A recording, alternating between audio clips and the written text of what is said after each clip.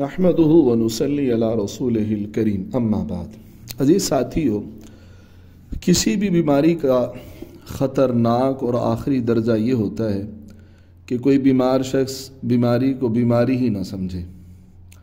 اسی طرح گناہ کا آخری اور مہلک درجہ یہ ہوتا ہے کہ انسان گناہ تو کرے لیکن گناہ کو گناہ نہ سمجھے بلکہ الٹا اس پر فخر کرے۔ ہمارے ہاں آج کل بعض اپ ٹو ڈیٹ اور جدت پسند طبقے موسیقی اور رقص و سرور کو گناہ ہی نہیں سمجھتے بلکہ اسے فن لطیفہ، آرٹس، ثقافت اور روح کی غذا اور نامعلوم کیا کیا کہتے ہیں۔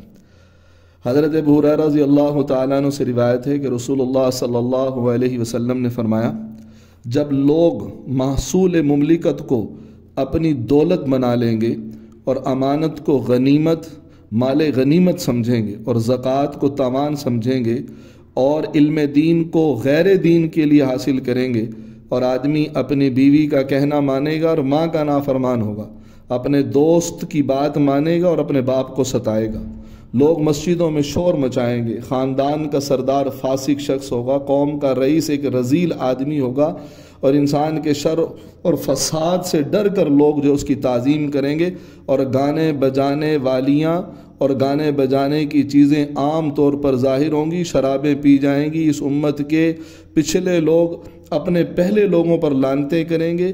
اس حالت میں لوگ جب پہنچ جائیں تو یاد رکھ لیں کہ اس وقت ایک سرخ آندھی اٹھے گی، زلزلے آئیں گے، خسف واقعہ ہوگا، صورتیں مسخ ہو جائیں گی، آسمان سے پتھر برسیں گے، اور بہت ساری قیامت کی علامتیں ایسے ظاہر ہوں گی جیسے کوئی تسبیح کا دھاگا ٹوٹے تو دانے جس طرح گرتے ہیں اس طرح سامنے ہوں گی۔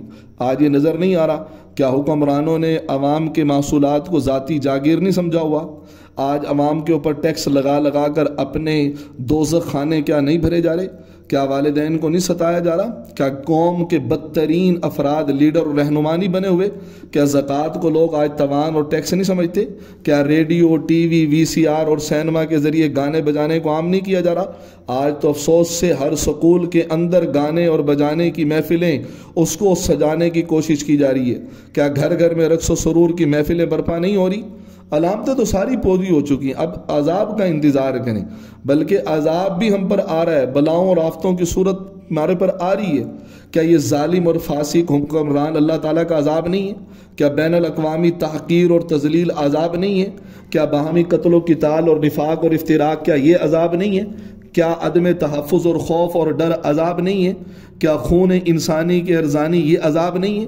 کیا دلوں کا اضطراب اور روح کی بے چینی کیا یہ عذاب نہیں ہے؟ کیا یہ زلزلے، دھماکے، یہ سیلاب، یہ ایکسیڈنٹ، یہ جنگیں کیا یہ عذاب نہیں ہے؟ کیا یہ عذاب کم ہے کہ آج مسلمان بیچارہ غریب کماتا ہے اور وہ اپنی محنت کی کمائی جو ہے ساری کما کر ان حکمرانوں کو ٹیکس دے کر ان کی دوزخ کو بھرنے کی کوشش کرتا ہے جو قیامت کی صبح تک نہیں بھرے جائیں گے؟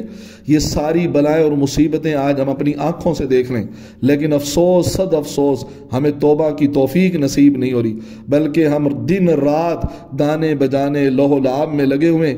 حالانکہ اللہ کے رسول نے فرمایا، کبھی تو یہ فرمایا کہ گانے والوں کی نماز قبول نہیں ہوتی۔ ایک حدیث کے اندر فرمایا، کسی گانا گانے والے کا گانا سنے گا، قیامت کے دن اس کے کانوں میں پگھلا ہوا سیسا ڈالا جائے گا۔ کبھی فرمایا کہ جو شخص اس حالت میں مرا کہ اس کے پاس گانے والی ہو، اس کی نماز جنازہ بھی نہ پڑھو۔ کبھی فرمایا گانا باجا سننا معصیت ہے، اس کے لیے بیٹھنا فسق ہے، اس سے لطف اندوز ہونا کفر ہے۔ یہ حدیث کی باتیں حضور نے فرمائی ہیں۔ افسوس کہ مسلمان یورپ کی تقلید میں اندھے راستوں پر چل چکا، یورپ سے اٹھنے والی ہر برائی کو وہ ایسے سمجھتا ہے جیسے آسمانی تحفہ ہو۔ یورپ کی اندھی تقلید کر رہے ہیں آج۔ کسی شاعر نے کہا نا، تاکہ دل میں چراغ انگریزی، سر کے اندر دماغ انگریزی، چال انگریزی، ڈھال انگریزی، جسم کا بال بال انگریزی، جسم ہندی میں جان انگریزی، منہ کے اندر زبان انگریزی، چھل رہا ہے گلا تو چھل جائے لہجہ، صاحب اپنا مل جائے۔ جناب صاحب سے لہجہ بنانے کے لیے کیا کچھ کرتے رہتے ہیں۔ عزیز ساتھیو، وقت کی بات ہے۔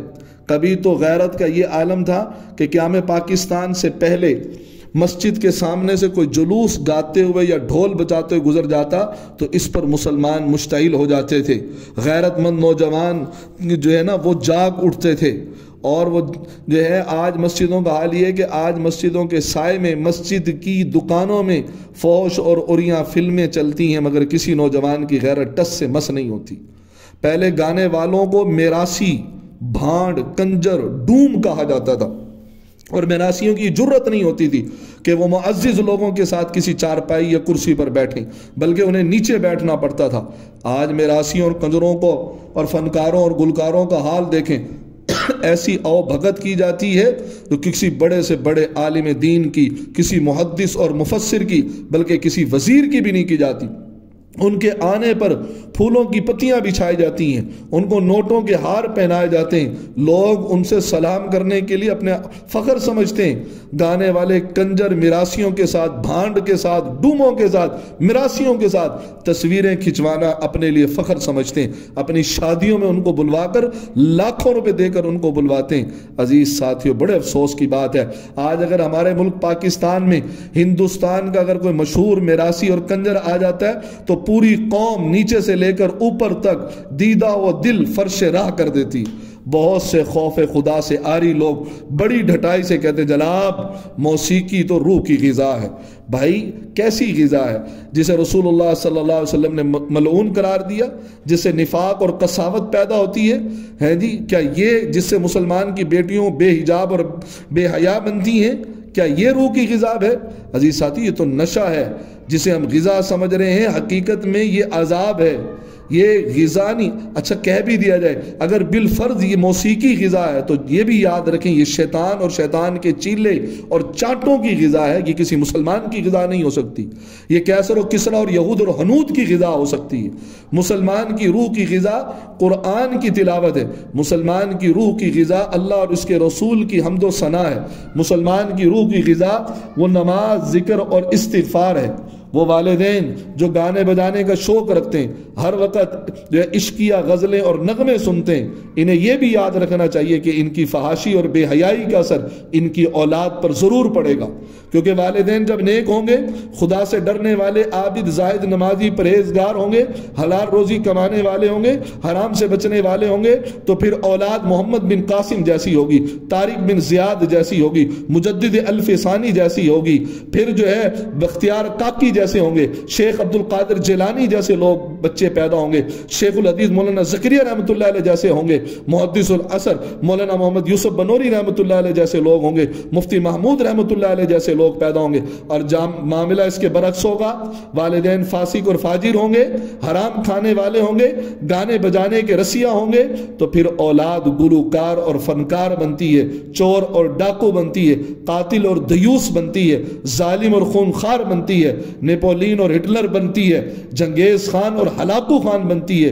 یاد رکھو عزیز ساتھیو، اگر آج جو یہ بل پاس ہوئے ہیں کہ ہر سکول کے اندر موسیقی کی اجازت دی جائے، حقیقت میں یہ موسیقی کی اجازت نہیں ہے، بلکہ ہر گھر کو کنجر خانہ بنانے کی اجازت دینا اور ہر گھر کو اللہ کے عذاب کا جو ہے عذاب کا باعث قرار دینا ہے۔ اسی لیے ہم تمام مسلمانوں کو چاہیے عذرائے مسلمان ہونے کے ہر سکول کے اندر اس کا بائیکاٹ کیا جائے اور ہر سکول والے سے اس بات کا مطالبہ کیا جائے کہ کسی بھی صورت کے اندر ہم اپنی بچیوں کو اس طرح کنجر خانے کے اندر ناچنے گانے کی اجازت نہیں دیں گے، اور حکومت وقت سے سختی کے ساتھ یہ مطالبہ کیا جائے کہ یہ یہود اور نصارہ کو اور امریکہ کو راضی کرنے کے لیے یہ امریکہ کے کتے بن کر ہمیں وہ آرڈر نہ دیں کہ جس پر یہ امریکہ کو راضی کرنے کے لیے ہماری بچیوں کو اور ہمارے بچوں کو لوگوں کے سامنے کنجر، میراثی اور دیوس بنانا چاہتے ہیں۔ اللہ رب العزت ان کو ہدایت نصیب فرمائے، ہدایت کے قابل نہیں تو اللہ نست و نابود فرمائے۔